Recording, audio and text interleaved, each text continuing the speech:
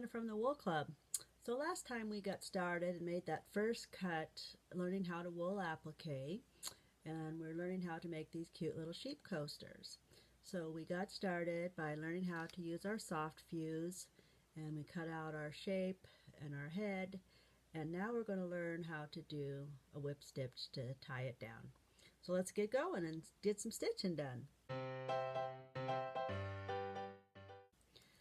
So I like to use a chenille number 24 needle. It's got a big eye on the end, and it's kind of a short, fat little needle.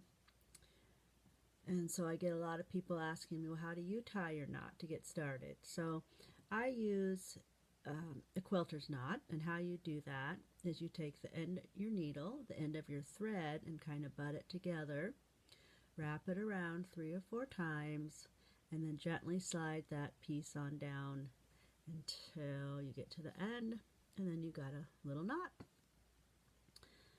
So to learn how we're going to do a whip stitch, I like to use just one strand of embroidery thread when I'm doing my whip stitch. A lot of times I like it to match, but this time I want it to show a little bit, so we're using black. And so this is just an in and out stitch. You go in and out like this. I do a through stitch. Some people like to jab and stab, where they'll jab it down like this, pull it through, and then stab it back up in the next spot. I like to do it all at once, so I push it down and pull it back up, all in one smooth motion. Now don't worry about getting your stitches all straight. Don't worry about them getting them all different, try the same length. Of course you want to try, but we're not entering our coasters into the state fair right now, and we just want to learn how to do it.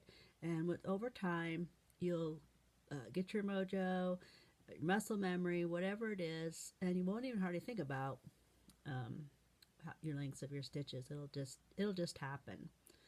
So there you go. It's just in and out, in and out, and you'll get all the way around, and you'll do your head.